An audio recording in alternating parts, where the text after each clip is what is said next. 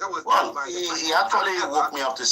There's a weekend Fubara feud. River elders, leaders are rejecting that Abuja, rejecting the Abuja. And I said, well, so what do you want me to do? Do you want me to, Is it true? Was there a peace, deal broken? Or now they went back and decided we don't agree to whatever terms that have been agreed on. What do you think?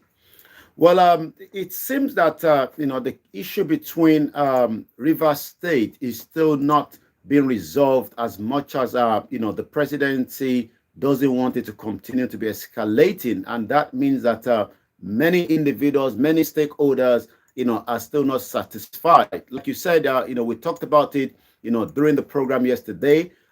Rivers State, like you said, have rejected Tinubu's intervention, saying that the decision is an executive rascality. What does that mean? According to the Rivers State elders and the leading, including a former governor, Chief Rufus Ade George, and the former deputy governor, Gabriel Toby, have rejected the President Bola Tinubu's intervention in the political crisis rocking the state.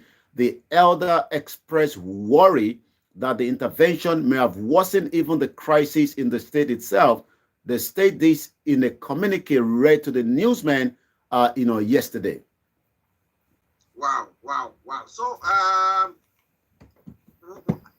no, they didn't agree to whatever. Maybe they thought that maybe the president should be whatever. But do you think that still the peace, though it came from the top, is something that has been accepted by all of them?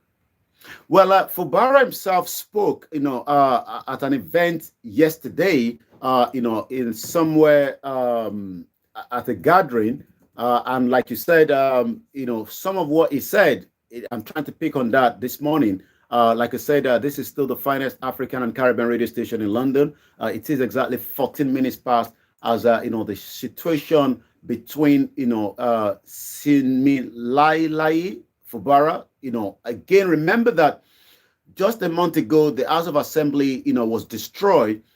We saw that Tinubu met with the governor. Are we going to see peace in that particular state?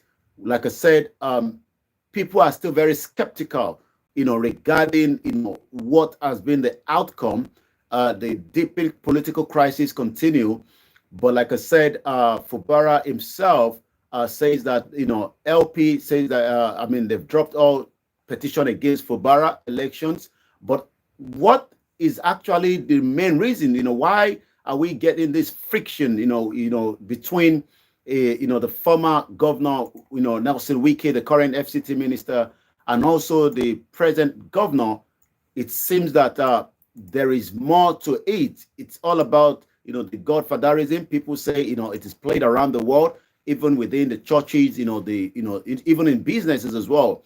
So could we say that as the river leaders, elders are saying that they are not satisfied, could it be that the governor himself is probably maybe satisfied with the outcome? Like I said, I'll be telling you more of this reaction that is still coming from River State this morning. We can't hear Mr. Laimi Koiki. Can you hear me now? Check your sound, let's see. Can you hear me now? Oh, sorry. Okay, can you hear me now? I think it's yeah. So it seems that the situation is still a little bit tough. Again. Yeah, go on. Yeah, it seems that the situation is still very, very tough. From River State. Yeah, I think it's from my end, trying to see if I can monitor the mic. Okay. Yeah. Okay. Listeners, it is Star Radio UK. Mr. Olaimi Koiki in our North London studios. I'm actually here in the South studios, and we appreciate everyone who has joined in. Olusegun, we're here to discuss things. We look at things in various forms. Now, if you're looking at it from a different point of view, and I'm looking at it from a different point of view, we want to come out not insulting each other. Yeah? Good. So if you think you don't agree with what we are saying there, feel free, make your statement, but don't come in, insulting. Yeah? Okay. Thank you. I know that we have scholars and gentlemen on this platform. That's why we bring that to you. All right then. Okay, let's move on. Now, in other stories making the rounds this morning, we have Wike, who is ordering a demolition of Abuja community to make way for presidential fleet. Now, he has his own backyard where there is trouble. Now he's come to Abuja where he's been made the minister for the FCT, and then he thinks that the presidential fleet, that they need more space for it, so they need to demolish some people. Is it some people's edifices or buildings, or is it state property that they're going to be demolished there? Yomi? Well, since this administration and since Wike took control, I mean, it won't be the first to be the minister of FCT. Rufai, the former governor, of Kaduna State, was one time, in that position during, the PDP. But it seems that Wike is generating a lot of conversation because it's taking down buildings and, like you talked about it, he wants to expand a little bit of the presidential fleet. I think what we are saying is that because he's a very different, individual. Remember that he's coming from the PDP to become, part of these, cabinet for the APC. So that also is also making a lot of, discussion. It seems that, the president believes in him, and that is the reason why he has been given, this particular, position, to work on. But since Wike took, office as the FCT minister, it has been one thing or the other in terms of those that have properties and land, and probably, like he says, it seems that Abuja is almost turning into a slum like Lagos State. Okay, maybe he's doing his best there, but if he is not, we'll be following very closely and we'll let you know. But listen, as a star ready, UK. Now let's come to one other story that's making right. Actually, last year, by this time, I think we were having the Naira scarcity issue that was going on. Well, after Buhari left office, Emefiele arrested, and there are all sorts that is going on. He's still on bail. However, there is Naira scarcity. Now, I did ask the question, did Buhari take the Naira away? The answer is no, he didn't. Now, who is holding the Naira? What exactly is happening? Young. Well, election is concluded. What Buhari, told us, the former president, was that the reason why there will be changes in the Naira as at the time was because of the insecurity in the country, and likewise because many politicians have hoarded these, money, and they were going to be using it for the purpose of, vote buying. But Buhari has gone. Emefiele is still trying to get his feet between, the current administration. Then who should we hold responsible right now? We have the new CBN governor, Cardoso. We have the finance minister, Wale Edun. But as I speak to you, we've been talking about this in the last couple of days up to last week. I remember, we spoke to Bishop Adesina. As at yesterday, one of our reporters on the ground, because we've actually sent them out to get the feels of Nigerians when it comes to the economy. Well, one says that as much as she was asked if she can take bank transfer, she said, "Well, when I go to the farm to buy my produce, nobody takes bank transfer." That is a problem there. We're talking about the local market now, where traders have to go somewhere. Let's give an example. If I have to go to Spitalfield Market this morning, and I'm a fruit seller in one of the local, market around UK, going to the Spitalfield Market, I'll be able to do transfer from my bank to the buyer and buy in bulk and then sell it, and then I can also take, cashless policy.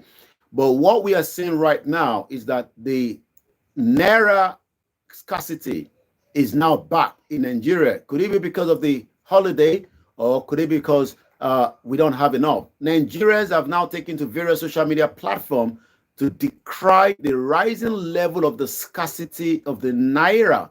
The Naira scarcity comes approximately 12 months after Nigerians went through the similar ordeal in 2022. Recall that following the Naira redesign policy implemented by the CBN between December 2022 and February 2023, there was a cash shortage ensued until the Supreme Court extended the deadline to the end of this month, which is just about a few more days. But however, this extension has now been revoked at the request of the federal government of President Bola Tinubu. But as the Christmas and the New Year festival approach, Nigerians are once more encountering the same problem that we encountered, last year. Well, they are encountering that. Do we blame MFLA? Do we think that MFLA did better? But whatever it is, it is Star Radio UK. It is your favorite African and Caribbean radio station in London. Zolai Mikokin on North London Studios. I'm actually here in the South Studios, and we're bringing you all that you need to know when it comes to Nigeria this morning. It's now gone 11:22, and I'll hand over to Yomi for the rest of the stories and what is happening on the social media platform. Over to you, sir. The soldiers are earning less than 50,000 naira monthly. I paid 1,200 daily as an operation allowance. This is coming from the defense chief. We've talked about the welfare of securities agencies in the country, be it the police, the army, the navy, the air force, and the question remains is if you calculate 50,000 naira with the exchange rate this morning, it's probably just less than 40 pounds. So the question is, is that enough, for the average soldier in the country this morning? But the Chief of Defense Staff, General Christopher Musa, has revealed that military personnel are paid 50,000 naira monthly salary, while he and the other officers, regardless of their rank, are paid 1,200 daily as operation allowance. Mr. Musa disclosed this while speaking about the welfare of soldiers on one of the mainstream media on Tuesday yesterday. The issue of cash allowance, where we feed anytime we're on the operation. I, as a general, I am being paid 1,200 per day with my soldiers. From the first general to the last soldier, it is the same amount. That is what we have to manage. My soldier collect less than 50,000 naira as a monthly salary. We all know the situation on the ground. My appeal is for them to have a salary that is worth of the work they are doing. We deserve to have that so that it can encourage them to, to what they want. Once again, this is the Star Radio UK, the finest African and Caribbean radio station in London, as we continue to give you all the update coming out of Nigeria this morning. Let's take you through some of the other headlines coming out this morning. Back to you in the studio in just about a few minutes. Once again, there is more when it comes to as security continue to be top-notch, especially as the Christmas is now less than 5 days. Police have literally banned street carnival and the fireworks in Osun State. Governor Yusuf submit nominees for the State Electoral Commission is coming from the other news as well. Also, Governor Adeleke light curfew on warning Ifon, Ilobu communities after what we call another clashes. The question is, why are we getting these clashes? Well, it's always over because it's always happening because there's a land dispute. The governor of the state, Adeleke, that have now issued this curfew to these two communities, and let's hope peace will reign. When it comes to land, I'm not too sure why we have these, but the problem is because if we don't have a system where we don't know who owns each of the land, most of these should have been documented digitally. But it seems that that is not the case in Nigeria. So this morning, as I go back again to Osun State, two-story out of Osun State, as one says, you would not be able to have any street carnival in Osun State. Also, the governor, which is the one behind us right now. Let's see if we can get that adjust properly. Once again, we call him the the dancing governor. He loves to dance, and I'm sure many of our listeners will also remember that he's also an uncle to Davido, one of the finest artists coming out of southwest of Nigeria. Governor Ademola Adeleke of Osun State has lifted the curfew imposed on Ifon and Ilobu communities square to a near perfect semblance of peace and orderliness that has returned to the warring communities. The governor also said the curfew will be lifted today to enable everyone to go out their normal activities without any restriction of any kind from the two communities. This was contained in a statement by the Commissioner of Information and Public Enlightenment as well this morning. We take one or two more as well, from the network, and then I'll be telling you what is happening on the social media as well. This morning as well, yesterday I picked on that story. It seems that we can only give a little bit brief on it because it is not yet something that we can expand, but I can confirm that the NCA, the National Crime Agency, in UK, have also I've also charged rather an ex-bank director, Adetunji Fadenusi Jones, with bribery. The NCA here in UK suspect that he accepted bribes, including money and a vehicle, while working for the First Bank in UK.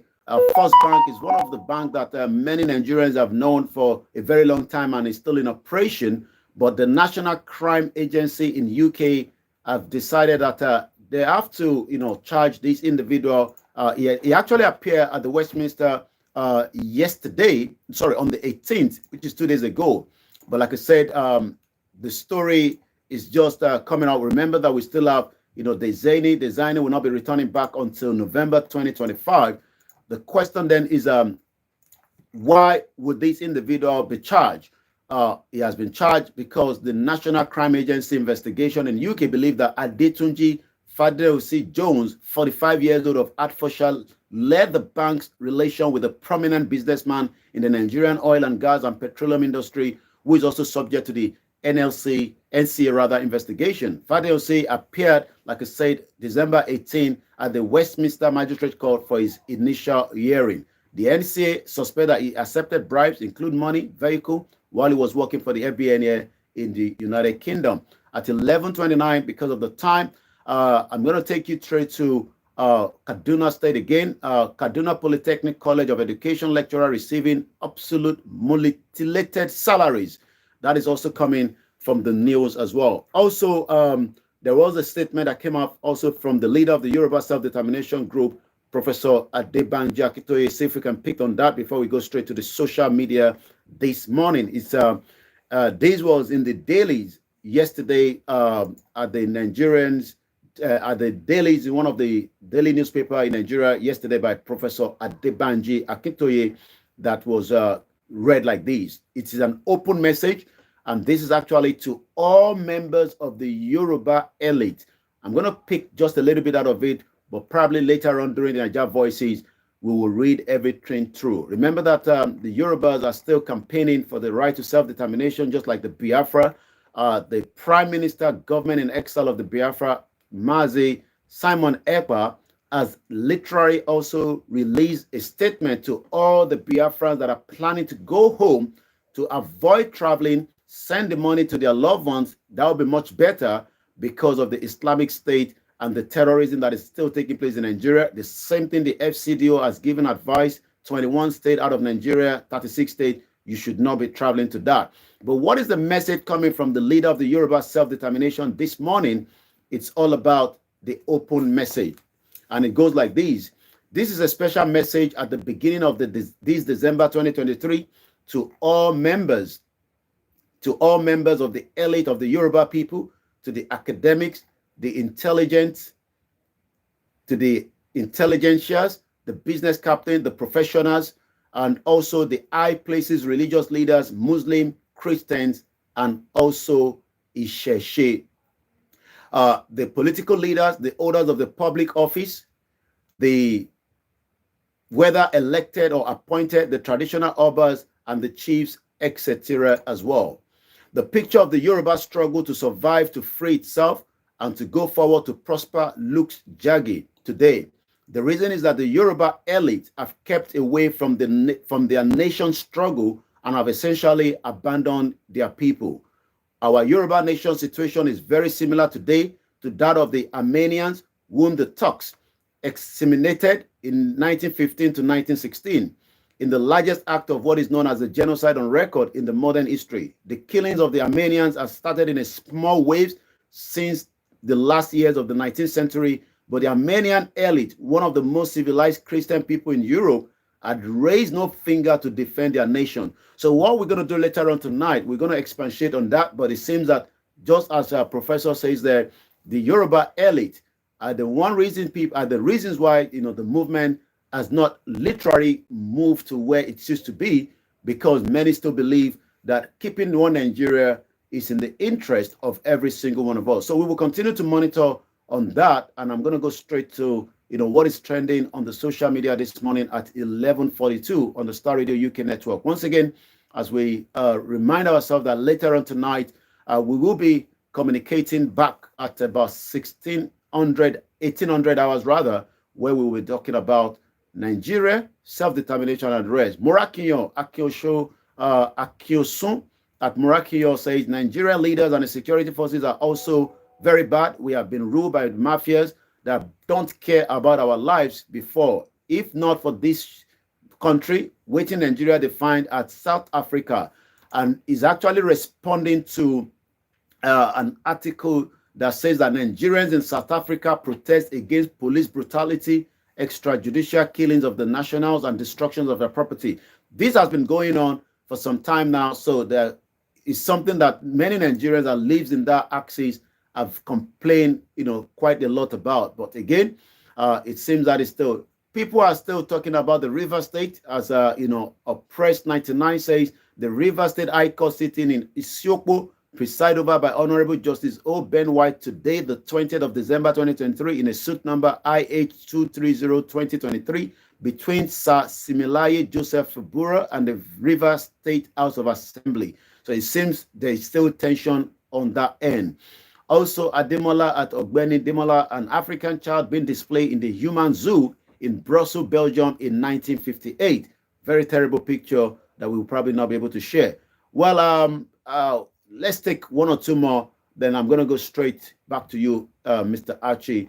Once again, many Nigerians are concerned, especially because not just of the insecurity. Remember that we talked about these 14 crew members that were kidnapped on their way back to Abuja from Kogi State after playing a juju musician, still being held there almost now 4 days. We don't know what is the state of things with them, but the last we had was, the terrorist Boko Haram that kidnapped them wanted 10 million naira each for each one of them. So not too sure what the security are doing to get them released and to get them free before Christmas. But let's remember that we still have those kept in that same situation since September that were traveling from Akwa Ibom to Sokoto for the NYSC. That is how far we can go this morning at 11:34. I'll come back to you now in the studio, Mr. Archie. Well, listeners, Mr. Olaimi Koiki, for you, I'm bringing you everything that you need to know. But you know what? Because of time, so we cannot go on. But this evening, exactly at 18 hours GMT, yes, he will be on with the Niger Boys. So make a date with him. Yomi, before you go. Yes, tonight we will be discussing, why the Yoruba elite have not been involved in the struggle to the Yoruba nation that we've been talking about. Is it the right of the elite to keep mute while genocide is perpetrated in the Yoruba land today? That will be the conversation, and I will be talking about Christmas. What is your plan for the Christmas? That is just less than 5 days away. Okay, Yami, let me say thank you very much for that wonderful update. We'll see you later. Yes. Bye for now. Bye-bye. Okay, listen, that has been Mr. Olaimi Koiki. As I did say earlier on, he'll be on the Niger Voices this evening. Exactly. All right, good morning. Well, I'm going to have to come back because, I just have to get the Star Radio out of the way. So we'll probably come back later for more program. Have a very good morning. Bye for now.